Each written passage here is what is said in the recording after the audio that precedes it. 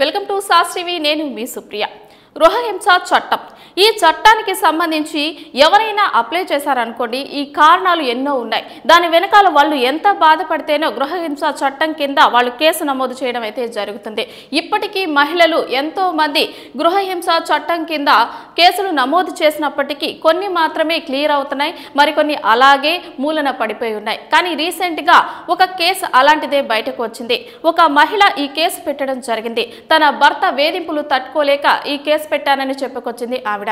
ఇది గుజరాత్ లో జరిగిన ఘటన. అదే విధంగా ఈ కేసు పెట్టడానికి కారణం ఏంటంటే, తన భర్త తన ఫ్రెండ్స్ ఇంటికి వచ్చినప్పుడు పార్టీ జరిగే సమయంలో తను డ్రెస్ లేకుండా ఉండాలంటూ తనపై ఒత్తిడి తీసుకొచ్చేవాడట. దాన్ని తట్టుకోలేక ఆమె ఒప్పుకోకపోవడంతో తనని తీవ్రంగా కొట్టి బాధించేవాడట. ఇదంతా ఎలా జరిగింది, అసలు ఈ కేసు ఎక్కడ నమోదైందనే వివరాలు ఇప్పుడు తెలుసుకుందాం. గుజరాత్లో ఓ భర్త తన భార్యను దారుణంగా వేధిస్తున్న ఘటన వెలుగులోకి వచ్చింది. భర్తపై బాధిత మహిళ గృహహింస కేసు పెట్టింది. తన భర్త అతని స్నేహితుల ముందు బట్టలు విప్పాలని బలవంతం చేస్తున్నట్లు ఆరోపించింది. 35 ఏళ్ల బాధిత మహిళ తాను ఎదుర్కొంటున్న హింస గురించి ఫిర్యాదు చేసింది. కోరాజ్కు చెందిన మహిళ తన భర్త ఇంట్లో పార్టీల సమయంలో అతని స్నేహితుల ముందు బట్టలు విప్పాలని బలవంతం చేసేవాడని, అందుకు ఒప్పుకోకపోవడంతో తీవ్రంగా కొట్టేవాడని చెప్పింది.